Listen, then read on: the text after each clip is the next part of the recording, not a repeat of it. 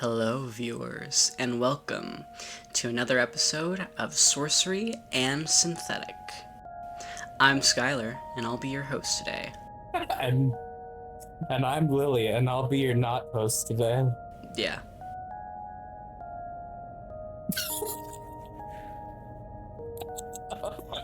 Today we will be discussing the Devil's Tramping Ground. The Devil's Tramping Ground is a strange clearing in the middle of the woods in North Carolina, about 10 miles out from Siler City. It's a foot-wide path of bare dirt where nothing grows, forming a perfect circle 40 feet in diameter, or about 12 meters. It is said that Satan himself frequents the area on nightly walks, pacing the circle and maintaining its bareness whilst he contemplates his evil deeds. Normal vegetation thrives on the edges of the circle, but on the inside of the circular dirt path, only a wiry grass grows. The soil has been investigated several times and was described in 1905 by G.W. Paschal to be a bluish hue, looking clay and markedly different than the earth outside the circle. The soil was later investigated by scientists and found to be completely sterile, which answers a question of why nothing grows there, but begs another question of why it's sterile in the first place. Theories about its strange presence range from UFO landing site to a Native American chief's burial spot. Experience of ghosts and other paranormal entities and experiences have been reported by many at this location, with people from both inside and outside North Carolina visiting the grounds in hopes of having a paranormal experience. These reported experiences and the mythos surrounding the unexplainable circle have aroused curiosity in many, inciting visitors to check out the strange spot and even inspiring horror films based on the location. Today, people are free to visit the supernatural spot between the hours of 8 a.m. and 5 p.m., or spend the night if you're feeling a bit lucky. I have never actually heard of these before talking to you. Stuff like this always interests me, like the little mysteries within the woods, Yeah, just completely mysterious. just completely random. Yeah, there's just a circle that has nothing at all, no vegetation. It literally can't support it. It's sterile. Yeah, I hadn't really heard of it either until I started researching it for this episode. I believe it's a relatively obscure topic. I mean, it seems like it's mostly just known to North Carolinians in the area, Yeah. in North Carolina, America. Yeah, but no, I'd never heard of it. So how did you sort of find this out? I'm actually kind of curious. I was kind of just researching random supernatural topics and managed to, by chance, come across it. And I found it just completely interesting because it's so bizarre, and there's so many different theories about why possibly it could be like this, because it's just so mysterious that it arouses a lot of theorizing and mythos to surround it. You know what that reminds me? It reminds me of like alien like crop circles or whatever that people always say, oh, it's the aliens or whatever come to get us. It reminds me of that kind of. Yeah, I'm pretty sure those are just mowed by the farmer. Well, wait, that's kind of awesome. Yeah, to mess with people. What if it is just mowed by a farmer in the woods for some reason who's just trying to mess with people? It could be. It might be. Alright, let's dive into Reddit user Neat Vibes' story, which may just prove that there is a good reason not to visit the devil outside the light of day. The story goes as follows. Firstly, this is as true as I can remember it, and not at all fiction. Though I have wondered before if my teenage mind may have embellished some details out of immense fright. Alas, make of it what you will. Any theories would also be appreciated. Secondly, shout out to user slash independent start 563, who recently posted about his experience in the woods in a post titled Growing Up in the Appalachian Mountains. His experience reminded me of this story. It was the fall of 2009, and at the time, I was 16 years old. I live in the central part of North Carolina. Nowadays, the cities are loaded with things to do for the Halloween season, but back then, the best form of entertainment I could come up with was to visit the Devil's Tramping Ground. The Devil's Tramping Ground is a local legend. It sits right outside of Skylar City, NC, about an hour away from where I live, and I had just gotten my license, so why not? For those of you unfamiliar with the locale or its legend, the Devil's Tramping Ground is a perfect, circular spot of dead soil in the middle of the woods. Despite the greenery around it, nothing grows inside that circle. The legend says that if you drop or leave anything in the circle, it's moved, and/or it disappears by morning. As the devil supposedly comes here to plot his evil doings against humanity late at night, pacing in a circle as he thinks. That's the gist, but feel free to do a little research if you're interested. It's a decent read. Skylar City is a sticks and barns town with long, barren roads that seemingly translate to, "Don't stop until you get the hell out of here." It was on one such road where I began to feel uneasy. Rural areas always have that heavy Twilight Zone energy, and the road we were on, conveniently titled Devil's Tramping Ground Road, was completely lacking of streetlights. The only thing illuminating the overworked asphalt was the fading yellow headlights of my 2002 Mercury Cougar, and the useless glow of a crescent moon. In those dim lights, we began to see splattered graffiti on the road, leading up to the location.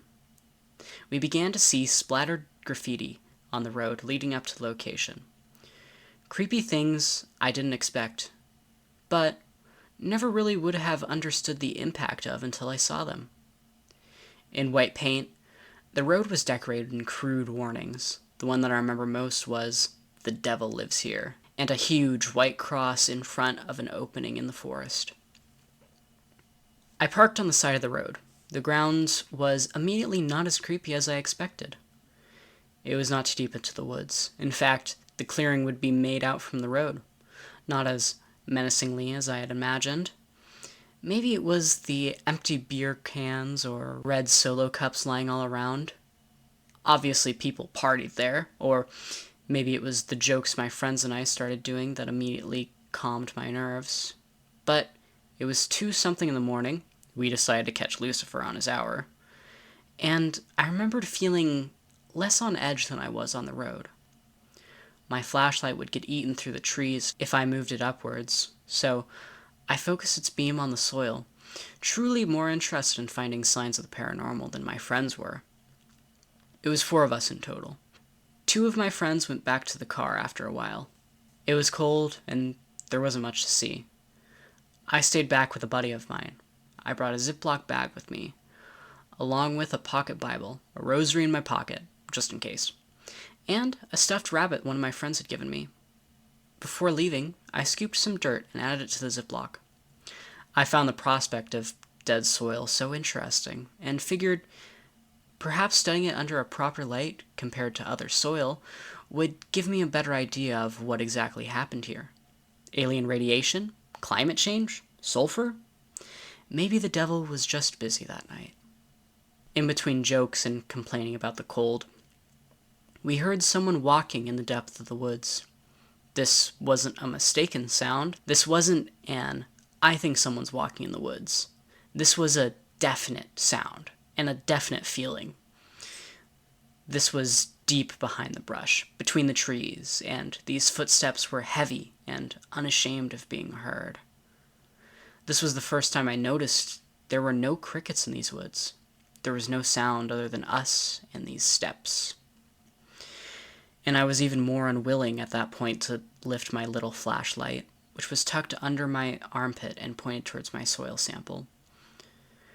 My eyes didn't need adjusting, and so we stood there as I made out the shape of something in these woods. It was dark, but I could see it. It was tall, but not disgustingly tall. It was human-shaped. It stood on 2 feet, and would walk and walk and stop. Then walk and walk, then stop. Towards us, I think. We were petrified. Neither my friend or I moved. I don't even think we breathed. I was so overcome with fear that I felt numb, but a little tremble ran through my entire body. We just stared. Later, we would discuss how we both wondered if it had seen us, and talk about how we hadn't wanted to move just in case it did. At this future time, we would also discuss the smell. It was an awful, putrid scent. Burning feces and rotting eggs and rotten meat. That didn't help my case then. Even typing that now, I'm slightly trembling. This thing stayed toying with us among the sticks of the forest. I say sticks because, at that time, very little greenery was alive. I was certain at one point that it saw me. I had that sixth sense feeling I was being stared at right back. And suddenly, I had a feeling of overwhelming, unbearable despair. I realized that my friend had been clutching the back collar of my shirt. I think I was so paralyzed with fear that I had ceased to feel anything but that complete numbness. I wasn't even cold anymore, but when I felt my friend's hand, I dropped everything in my arms and stood up, then hauled butt back to the car. Not running, just very hurried. I was sure my friend was right behind me, but between us and, in all honesty, I didn't even think about it at the time. I was just ready to get out of there. I was so ready to go, in fact, that I missed the clear path and took off in between the trees and brush, just heading towards the yellow glow of the headlights. It wasn't an incredibly long trek, like I said before. The road was right there, but it felt awful long to me. It was enough for those tiny branches to leave little scrapes and even some cuts down my hands, cheeks, and neck. This whole ordeal couldn't have lasted too long. When I got back to my car, the keys were already in the ignition. The other two friends had had the heat on, and they both asked me what happened. The friend who stayed behind with me got in the passenger seat, and soon after we took off. Our other friends, the ones that had been in the car, pointed out that our eyes were swollen and bright red. I think we had been crying, or at least it looked like we had been. I looked in the rearview mirror and my pupils were abnormally dilated. My eyelids were puffy and tender and red. Keep in mind, this could all have some form of explanation. Maybe the fear made us cry without knowing. Maybe the darkness combined with our nervous reactions enlarged our pupils. But it was still just very odd. I realized long after that I left my Bible, my stuffed rabbit, and my Ziploc bag of dirt in the circle. I considered going back the next day in broad daylight, but I haven't been there since. I still wonder and worry about who has my stuff. And that's all they wrote. That's really interesting. Oh my god. Yeah, so like they said, all of that stuff could have like a natural explanation. I feel like Yeah, definitely a lot of things like that where beforehand you have that sort of bias coming in thinking something's haunted, your body might be more like alert, I guess, if that makes sense. So maybe, I don't know, there is some sort of logical explanation to all of that, and they were just sort of incredibly paranoid because, they kind of had that hunch. They actually kind of believed. That's sort of what yeah. makes haunted places like this, like, more Work. enjoyable, is if you actually, play into it, you actually sort of believe. That's sort of what will make it scarier. But yeah, God, no.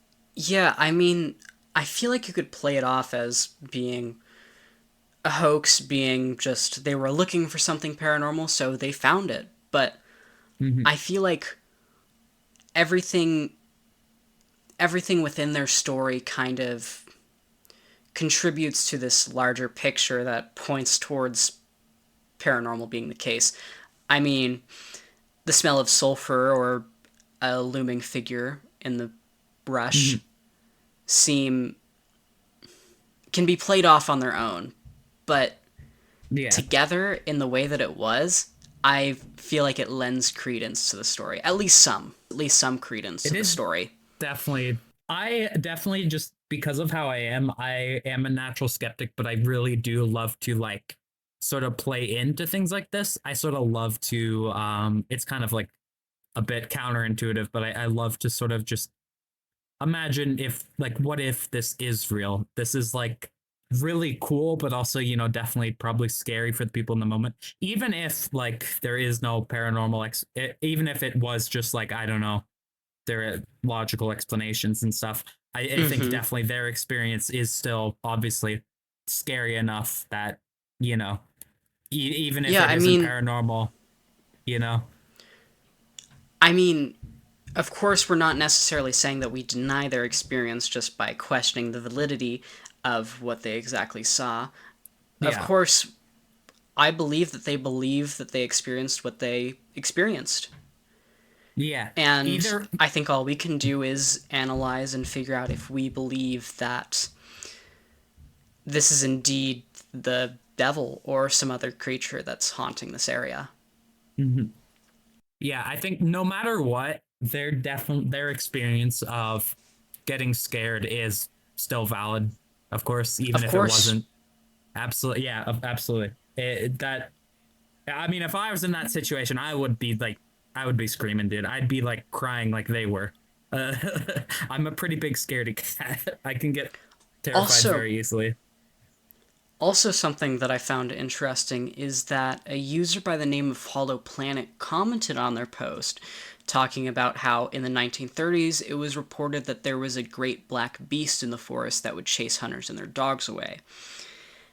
And Ooh. OP didn't seem to know about this beforehand. They commented pointing out that that sounds like exactly what they saw and that they had no idea about it beforehand. Yeah, that's really interesting. Oh my god. I'm surprised I haven't heard about this. I love to look up like creepy paranormal stuff. Even if I don't necessarily like I have a hard time truly believing in it, I really love like listening to it and listening to people's stories because it's very interesting to hear. I'm surprised I hadn't heard this before because that this is actually really cool. Yeah. Are you ready to move on? Yeah, sure. Another part of the paranormal mythos surrounding the strange supernatural strip of dirt is the tale that when Boy Scouts once tried to camp inside the circle, they woke up to find that they had mysteriously been transported to an area a few miles away. And the Boy Scouts who had tried to stay up during the night reportedly claimed that a soft voice had lulled them to sleep, as well as the rumor that dogs howl when taken near the ring, refusing to be seized by Satan's supernatural grasp. Both of these pertain to the next story I'm going to tell. This next telling Mhm. is from the North Carolina Ghost Guide, which is a website run by a local who aims to investigate the ghost stories of the state. Here, they detail their own story, giving more insight into the Native American mythos that surrounds the spectacle of the Devil's Tramping Ground. Their website page goes as follows. The story. The Devil's Tramping Ground is another one of the great legends of North Carolina, and thus another one of those places where carloads of teenagers used to go for something to do, just like our last OP. Supposedly, the devil himself comes to this spot, conjuring up his demons while he paces the earth, and in doing so leaves a 40-foot wide circle which nothing will grow except some particular type of wire grass, and even that only in certain summer months. People say that when you leave stuff like sticks or rocks inside the circle in the afternoon, you're never supposed to go at night, the objects will always be moved by morning. The first European settlers in the area attributed the circle to the dances of the Native Americans living there at the time. The settlers soon learned that the Indians actually avoided the area as well. Moreover, dancing Indians have long since left Chatham County, and yet the Great Circle remains. Other theories, UFOs, in Siler City, have subsequently been suggested, though none to any great satisfaction. In 1954, the state ran soil tests on some samples from the circle and found the ground there to be completely sterile, most likely because of a high concentration of salt. But they were still unable to explain how the sterility occurred in the pattern of that of a perfect circle. The next part is titled, What I Found. Well, to begin with, I know of a few Boy Scout troops who spent the night out there. They always come back in one piece, So I knew the place still attracted attention, but I drove out there for the first time with a friend of mine from Sanford while we were in undergrad, and it wasn't exactly the most terrifying event of my life. Nothing at all like the Wakes County driver's ed classes, for example. Anyway, I've visited the place a few times since then, and each time came back with the impression that the site is, at least, still popular with thrill-seeking litterbugs. When I went out most recently, I, as always, had my dog with me, and I wondered what would happen as we approached the circle. Would he turn tail and run, start growling inexplicably? Would I finally be given a reason to believe everything I'd ever heard about the Devil's Tramping Ground? I continued to wonder, right up until the point when he wandered nonchalantly into the middle of the circle and started chowing down on a half-eaten bologna sandwich. Somebody, I find it difficult to envision Beelzebub eating cold cuts, had left behind. The scariest thing I saw there was a Buzzweiser carton in a nearby shrub. Although, one time at Halloween last year, I saw some Blair Witch-esque stickmen in the trees. Alas, no pics of these, though highly amusing. The last time we went, we pitched a tent inside the circle. But the only thing remotely strange that occurred was just how close the cows seemed when they started mooing the next morning. The dog slept soundly as well, in case you were worried. In short, I can't say as I've never seen anything terribly unusual out there, yet apparently the place does continue to play host to numerous bonfires. But if I owned the land and wanted to keep hunters off it, I can't think of a better way to do it than to tell everybody that Satan has claimed the land for himself, and won't let anybody else leave stuff in his circle, except for perhaps the occasional bologna sandwich. And that's all they wrote. Yeah, that's another interesting perspective of, someone who also didn't find anything. Because, Well, I do believe the first user did. At least yeah. to their interpretation of events. Mm-hmm. I like the line about the scariest part was the carton of Budweiser or whatever Yeah, it was, I the like beer thing. I like that I like their writing style. They're very sarcastic. It's amusing. It's also, good to see another side of things where, you know, probably nothing happens because this sort of offer. I don't know how do I word this properly? Yes, I think I think in picking both of these, I aimed to look at one that was describing exactly what you might expect to see there, and one that was describing just a completely innocuous experience. Several, actually. I am also just on that sort of note about the Native American like mythos part of things. This is a bit off topic. I sort of want to get into.